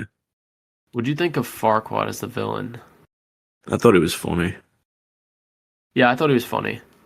He kind of reminded me of the dude from Princess Bride, and I think that's what he was inspired by, honestly. And I only watched Princess Bride recently. I don't know if you've seen it. No, I haven't seen Princess Bride. That's what Angelina Jolie, right? No, Anne Hathaway. No. No, I'm over 2. That's the Princess Diaries. Oh. Princess Bride is the one with Carrie Ellis and I forget the girl, but anyways, yeah, I think Farquaad is pretty funny. I like how he's just a midget and he's not intimidating at all or Yeah, handsome, but Fiona is just kind of forced to marry him to break the curse, yeah, which she doesn't actually do. Spoiler. I thought the scenes with the mirror on the wall were kind of funny. I liked that scene where they were showing Farquaad the eligible bachelors. oh yeah, that was funny. That's that was funny. And one of them they mentioned is Snow White. There was like an adult joke in there where it said, I think he says, "Oh, she lives with 7 other men, but it's not a problem," or something like that. Yeah, so, That was funny. That was like a little, yeah, they have jokes for adults. yeah, they make a lot of like references to Farquaad compensating for something. Yeah. You know It's what funny. scene? The scene where Shrek pulls up to Farquaad and there's that big fight scene. Yeah, I remember that always getting me hyped as a kid. I don't know why. really? I remember like getting excited whenever that scene would come on. I don't know if you remember that or if it was just me back then. Nah, I don't know. I mean, I remember as a kid, but I don't remember getting me like hyped. Um, yeah, I just wanted to bring that up. I think it was partly because of the music. And honestly, this has a great soundtrack, this movie. Yeah, no, it does. It's obviously all-star. Um, When I saw her face. yeah, when I saw her face. I think that's the scene at the That's end, this. correct? Yeah, yeah, And I mentioned because we talked about Despicable Me 4. I love when an animated movie ends in a dance number. I don't know yeah. why. It's just something that No, yeah, I agree. It's feel it's just good. it's feel good. It's perfect for kids. It's a great way to Yeah, wrap up a movie, even if it makes no sense. And yeah, especially in this, you have Eddie Murphy singing. It was kind of funny as Donkey. So, yeah. um, But yeah, I don't know. Maybe we could talk about our favorite scenes a little. um, I mean, I like the whole like the sequence of Shrek rescuing Fiona and the dragon, like that whole thing where she's expecting him to be like this knight. She's like, "Oh, like recite a poem," and he just kind of like grabs her and runs away. I thought that was funny. Yeah, that was a really good subversion of the genre. Yeah, You know, and that's what it really is. It's making fun of these fairy tale stories. yeah, Um, but yeah, favorite scene for me. Let me think. Mm, it is tough because I don't want to say the same one as you, yeah, but my mind is bringing me to that scene as well. I do like Shrek and Donkey when they're kind of just the two of them first making their way over there, especially that yeah, scene on the bridge where Shrek is kind of like teasing Donkey because he's so scared. yeah. I like their relationship in general. No, yeah, I like what as they're like as the movie goes on, they obviously get closer and stuff. Mhm. Sorry, I was just having a sip of water. No, you're But, good. uh, yeah, surprisingly, I think the standout character of this film is Donkey, Yeah, I played have by to Eddie agree, Murphy. honestly. Yeah, You would think it would be Shrek, but just that performance is so good and so memorable, and he was the yeah, funniest character to me. I agree. Not to take anything away from Mike Myers, I think No, I he's mean, great. yeah, obviously He's they're all great as memorable. Shrek. And I mentioned before, Cameron Diaz is a great Fiona, Yeah, but yeah, definitely Donkey for me. He's my favorite character in the movie. yeah, I So agree. Well, yeah, I was agreeing with you, but yeah, Donkey for me as well. For me, I didn't even remember much about his character, so I felt like I had a lot that I enjoyed just because I didn't remember a lot of it. yeah, So, definitely. yeah, But, all right, maybe we'll get to ratings and then do our Q&A. yeah. We got So, some questions this week, so I gave it a 4 out of 5, so an 8 out of 10. Um, Definitely way edgier than I expected a movie from 2001 to come out. Um, but it's really good, honestly. It's a subversion of the genre, like you said, and it does a lot for a kids movie. yeah. So I gave Shrek 4 stars as well, an 8 out of 10. I think it's definitely one of the best animated movies from my childhood. It's one that I loved growing up. This movie released the year I was born. So, yeah, great characters, great voice acting performances. Um, very funny, very memorable, and still popular to this day. So, Yeah. all right, All right. that wraps up our Shrek discussion. Joe, thanks for recommending that. I was glad to check that one out Yeah. again. So, all right. Now we can move on to our Q&A. We actually have a decent bit of questions this week, so let me pull them up. All right. Hold on a sec. Okay, so we have from @DracoMaze on Instagram. He asked, "What are your most anticipated 2025 movies?" Uh, well, one of them for me, I know we just got the trailer for it, is the next Captain America film. Yeah. Superman. Superman, obviously. That's definitely one that's going to be on my list. Trying to think what else. Mickey 17. Oh yeah, I'm looking forward to. That's going to be great. Let me look at let's look on Letterboxd 2025 releases. Honestly, my most anticipated of 2025 might be the Michael Jackson biopic. I'm really interested to see what they're going to do with that movie. I mean, it's by his estate, so it's not going to be... I love his music, though. Nah, yeah. And I know... He's probably the most famous musician ever. His nephew is playing him, too. Yeah. And if you think, who would they possibly cast as Michael Jackson in a biopic? Yeah. The only person would have to be like somebody he's related to. Because who could possibly play him? Let me see what else. Saw 2. I mean, not Saw 2. The next Saw. Saw 11. Yeah. New FNAF. Oh, yeah, new FNAF. Black Phone also, Part 2. Avatar 3. Avatar 3, yeah. Fantastic Four. Thunderbolts. MI8. If I had to choose one, I would choose Michael Jackson biopic or Fantastic Four or Superman. One of those three. Probably Superman or... I don't know. Yeah, probably Superman for me, honestly. I don't know if Guillermo del Toro's Frankenstein's coming out next year, but that's another one. Yeah, I think it should be, actually. Yeah. So. Oh, The Wolfman, too. That comes out next year. Yeah. All right. Well, thanks for the question. Yeah. Next question from @The Wasteland Reviewer on Instagram, and he asks, "What are your thoughts on Harrison Ford taking on the role of Ross for Captain America 4?" Now, this is something that we talked about a little bit, but I'm a big fan of it so far from the trailers. I love Harrison Ford, and I think they're handling it well. I agree. I mentioned in the trailer, Captain America has that little remark where he's like, "Oh, I'm still getting used to your new look." So they kind of just poke fun at the idea of him being recasted. Yeah. So I think he'll do a fine job. I'm excited to see him not only as Ross, but as the Red Hulk. That'll be interesting. So yeah, no, I agree. I think he's a good at casting, honestly, and I feel like he brings a little more personality to the role. Mm-hmm. All right, so yeah, thanks for the question.